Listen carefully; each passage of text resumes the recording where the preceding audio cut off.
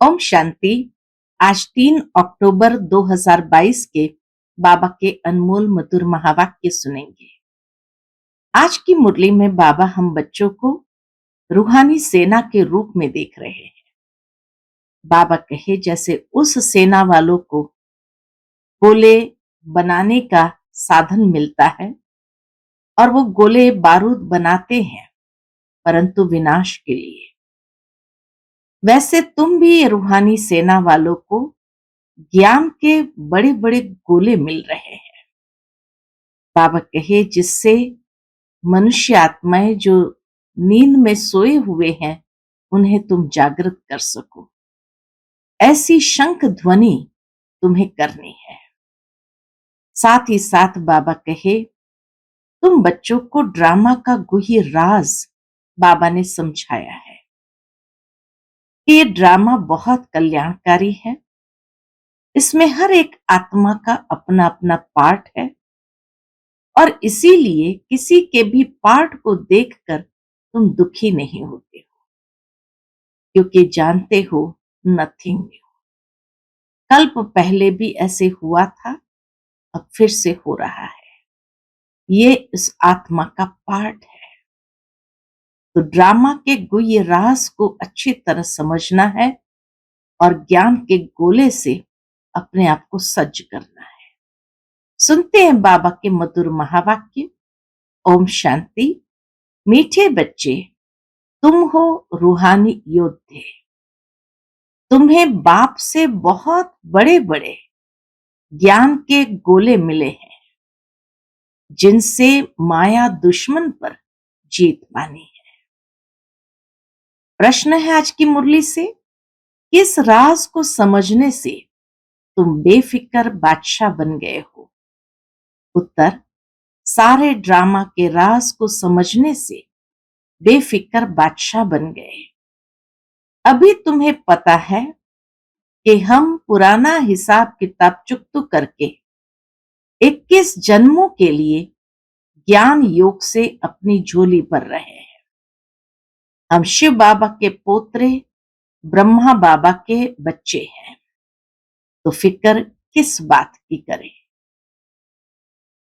आज की मुरली से पहले गीत बजा है, तकदीर जगाकर आई। ओम शांति। बाप बैठ समझाते हैं, मेरे लाडले बच्चे, तुम गुप्त सेना हो और तुम बच्चों को ज्ञान का बारूद, बड़े बड़े ज्ञान के गोले मिल रहे हैं। तुम जानते हो ये वही गीता का एपिसोड अर्थात वही ड्रामा का पार्ट फिर से बज रहा है। एक गीता शास्त्र ही है जिसका महाभारत लड़ाई से कनेक्शन है। तुम बच्चे गुप्त सेना हो। जैसे वो लोग प्रैक्टिस कर रहे हैं गोले रिफाइन हो जाए, वैसे शिव बाबा भी कहते हैं ब्रह्मा द्वारा तुमको बहुत अच्छे अच्छे ज्ञान के गोले दे रहा हूं। तो तुम मनुष्य को अच्छी तरह से शंख ध्वनि करो कि गीता का पाठ फिर से बज रहा है और हेवनली डीटी किंगडम स्थापन हो रहा है। तुम बच्चे अपने लिए राजाई स्थापन कर रहे हो। वह सेना मेहनत करती है राजा रानी के लिए। तुम अपने लिए ही माया पर जीत पहन 21 जन्मों की बादशाही लेते हो, 5000 वर्ष पहले मुआफिक। यह तो तुम्हारी बुद्धि में है। क्या है कि बरोबर हम अपनी तकदीर बना रहे हैं। वह तो अल्पकाल के लिए बड़ी तनख्वाह लेते हैं। दुनिया के सेना वाले तो अल्पकाल के लिए बड़ी तनख्वाह लेते हैं। यहां तुम हर एक अपने लिए 21 जन्मों की प्रारब्ध बनाते हो। तुम मम्मा बाबा से भी ऊंच जा सकते हो, परंतु विवेक कहता है मम्मा बाबा से ऊंच कोई जा नहीं सकता है। बल सूर्य चांद को ग्रहण लगता है, परंतु टूट नहीं सकते। सितारे तो टूट पड़ते हैं। कितनी अच्छी कंपैरिजन बाबा बता रहे हैं कि दुनिया के अंदर चांद सितारों को ग्रहण लगता है तो सितारे टूट पड़ते हैं, चांद टूट नहीं सकता है। बाबा कहते हैं, मेरे लाडले बच्चे, मैं तुम बच्चों को क्यों नहीं याद करूंगा। ऐसे सिकिलधे बच्चे क्यों नहीं याद आएंगे। परंतु अनुभव कहता है बच्चे बाप को याद करना भूल जाते हैं। अपने को सजनी समझने से भी बच्चे समझेंगे तो जास्ती ताकत मिलेगी, क्योंकि सजनी तो हाफ पार्टनर है साजन के साथ। बच्चे तो बाप के फुल वारिस हो जाते हैं। इसलिए बाबा कहते हैं कि हमको ज्ञानी तू आत्मा से प्यार है। बाबा को किससे प्यार है? ज्ञानी तू आत्मा से प्यार है। ध्यानी को साक्षात्कार की इच्छा रहती है। जो सारा दिन बाबा बाबा करते रहेंगे उनको तो ज्ञानी कहेंगे। बाबा को ज्ञान का बहुत शौक है। अभी तुम्हें ज्ञान के गोले मिल रहे हैं, यह नई बात है ना। ध्यान में बहुत साक्षात्कार आदि करते हैं, परंतु उनको ज्ञान कुछ नहीं मिलता है। बाबा ऐसे भी नहीं कहते ध्यान खराब है। भक्ति मार्ग में साक्षात्कार होता है तो खुश हो जाते हैं, परंतु मुक्ति धाम में जा नहीं सकते। इसीलिए कहा जाता ध्यान से ज्ञान श्रेष्ठ है। बाबा कहते हैं, तुम मेरे धाम में आने वाले हो। तुम जानते हो इस ज्ञान से हम भविष्य प्रिंस बनेंगे। देवताएं यहां तो है नहीं जो इन आंखों से देखे। चित्र तो है ना, कृष्ण को तुम देखते हो, वहां प्रिंस प्रिंसेस की रास विलास होती है, अथवा बाल लीला भी देखते हैं। परंतु महारानी कब बनेंगे, कब वह प्रिंस मिलेगा, वह तो पता ही नहीं है। बाबा साक्षात्कार कराते हैं कि निश्चय हो जाए कि हम भविष्य महारानी बन रहे हैं। ज्ञान से भी समझ सकते हैं कि वहां हमारी आत्मा और शरीर दोनों पवित्र होंगे। यह जो हम सो का मंत्र है वह अभी का है। शिव बाबा को याद करने से ताकत मिलती है। हातम ताई का खेल दिखाते हैं। मुलहरा डाल देते थे तो माया उड़ जाती थी। बाबा कहे हातम ताई का खेल दिखाते हैं, मुलहरा डालते थे तो माया उड़ जाती थी। बाबा खुद कहते हैं, हे लाडले बच्चे, भल सब कुछ काम काज करो, सिर्फ बुद्धि से बाप को याद करना है। तुम्हारा है एक परम धाम। वो लोग यात्रा पर जाते हैं तो बहुत फिरते रहते हैं।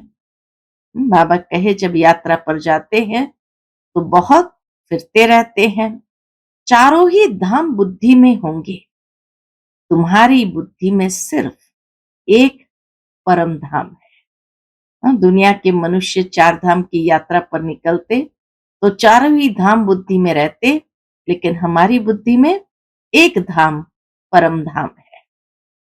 तुम्हारी बुद्धि में सिर्फ एक परम धाम है। कोई से पूछो तुम क्या चाहते हो, कहेंगे मुक्ति।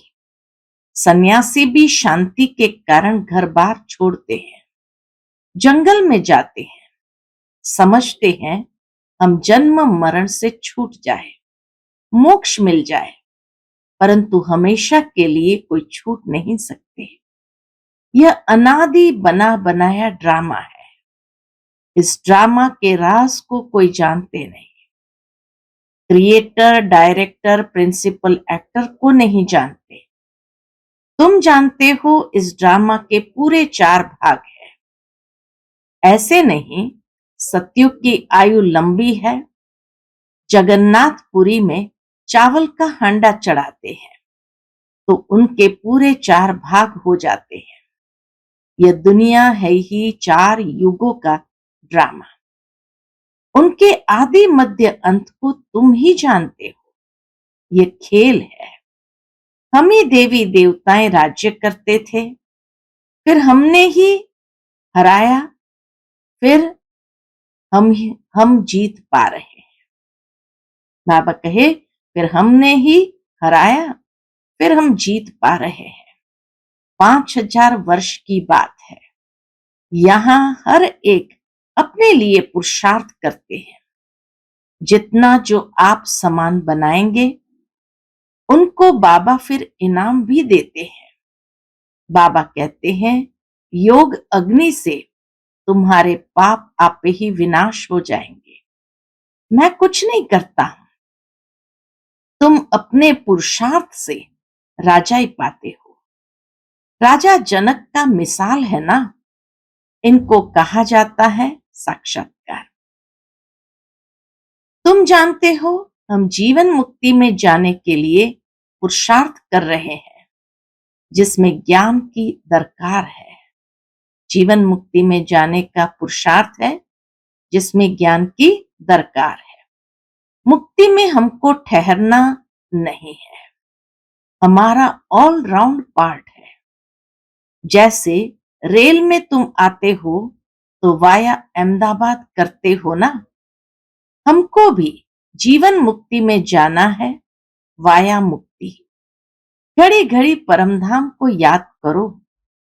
उन स्कूलों में 5-6 घंटा पढ़ते हैं, यहां इतना नहीं पढ़ सकते। बाबा कहे उन स्कूलों में तो 5-6 घंटा पढ़ते हैं, यहां इतना नहीं पढ़ सकते। इसलिए कहा है कि एक घड़ी आधी घड़ी, आधी की भी पुनः आधी। इसमें अमृत वेला अच्छा है।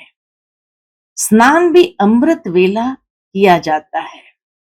बाबा कहे स्नान भी अमृत वेले किया जाता है।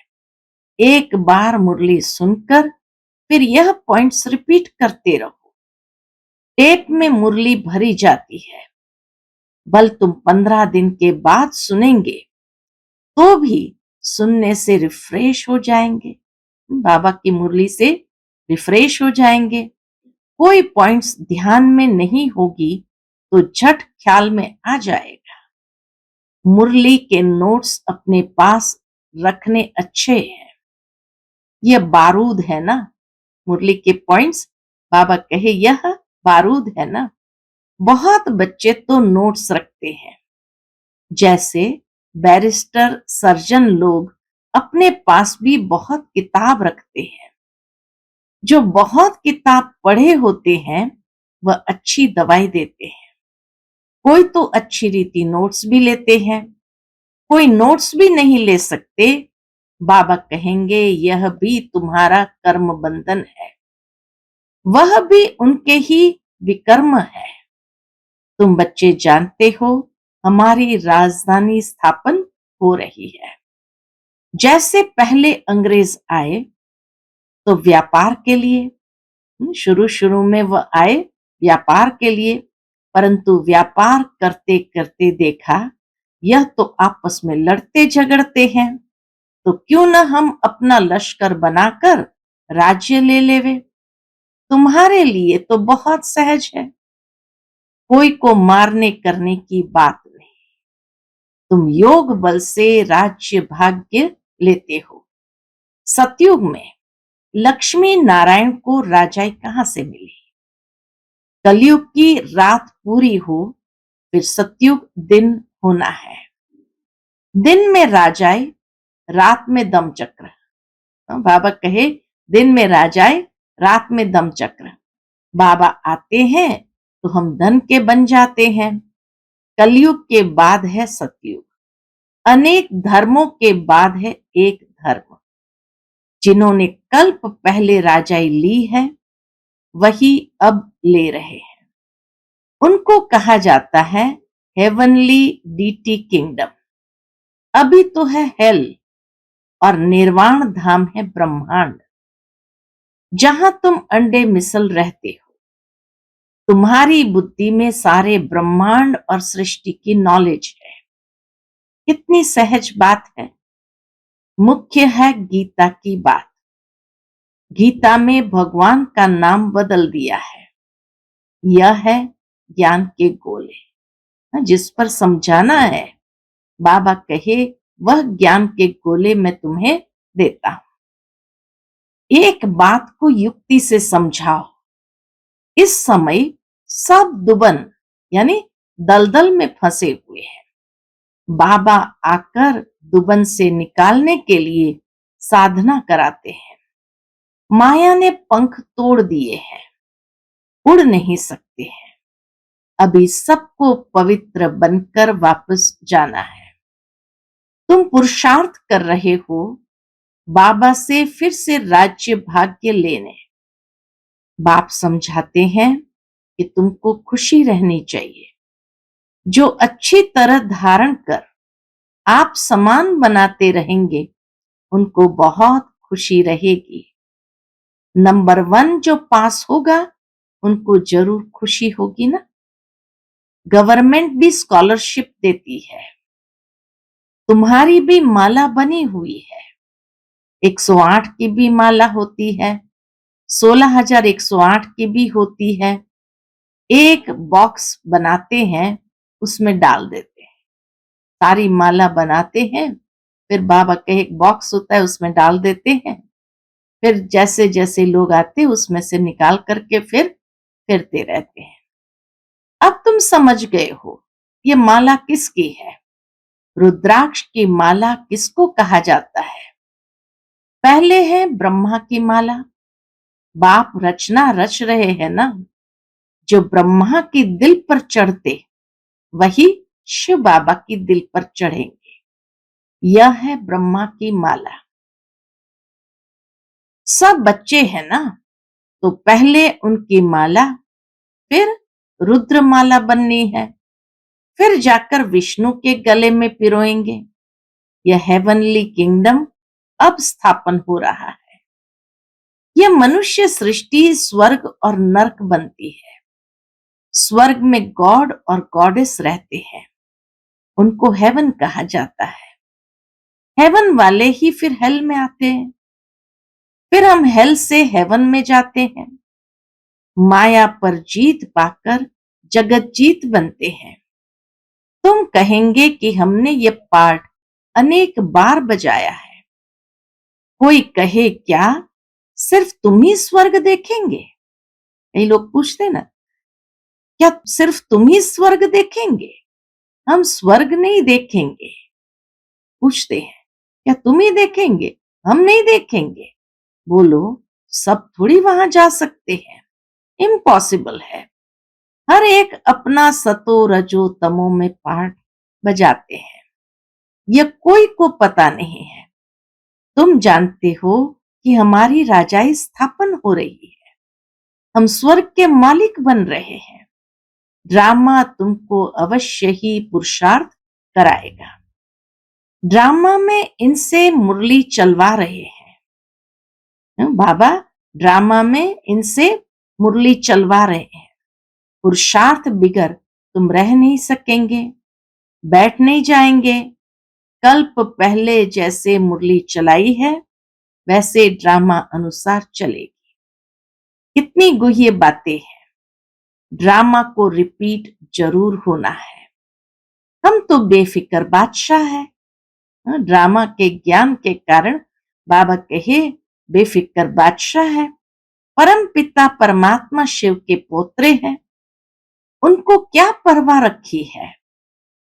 यह है राजयोग। बाबा कहते हैं अब पुराना हिसाब किताब खलास करो, इनसे बुद्धि योग हटा दो। फिर जितना ज्ञान योग से जमा करेंगे, उतना तुम्हारी झोली 21 जन्म के लिए भरती जाएंगी। इसमें डरने की तो कोई बात नहीं है। बाबा तो देने वाला है। कहते हैं जो कुछ तुम्हारा है सो कुर्बान कर दो। यहां कोई महल तो नहीं बनाने हैं, इन पैसों से क्या करना पड़ता है? सिर्फ 3 पैर पृथ्वी के लेकर सेंटर खोल देते हैं। यह जबरदस्त यूनिवर्सिटी अथवा हॉस्पिटल है। वह हॉस्पिटल तो अनेक होती है, यह तो एक ही हॉस्पिटल है। जो रिलीजियस माइंडेड होंगे वह तो कहेंगे कि क्यों नहीं हम ऐसा हॉस्पिटल खोले जो मनुष्य एवर हेल्दी बन जाए।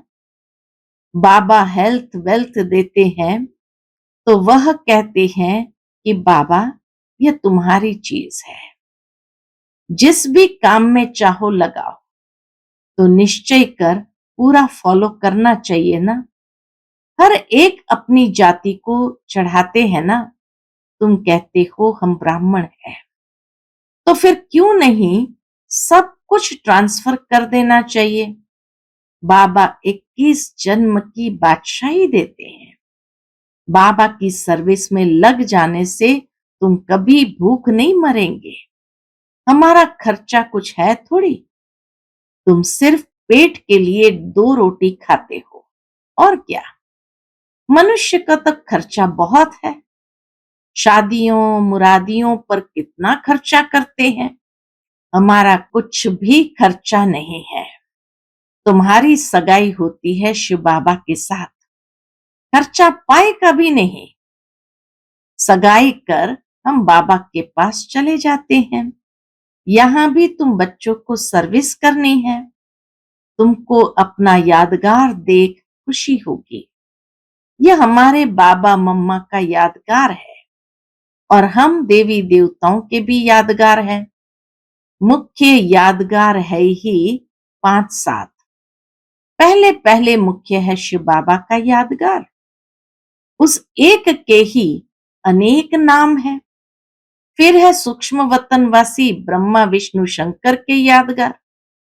फिर मनुष्य सृष्टि में संगम युगी जगतम्बा जगत पिता और तुम शक्तियां बच्चे, और सतयुग में है लक्ष्मी नारायण। बस बाकी तो अनेक प्रकार के मंदिर बनाए हैं।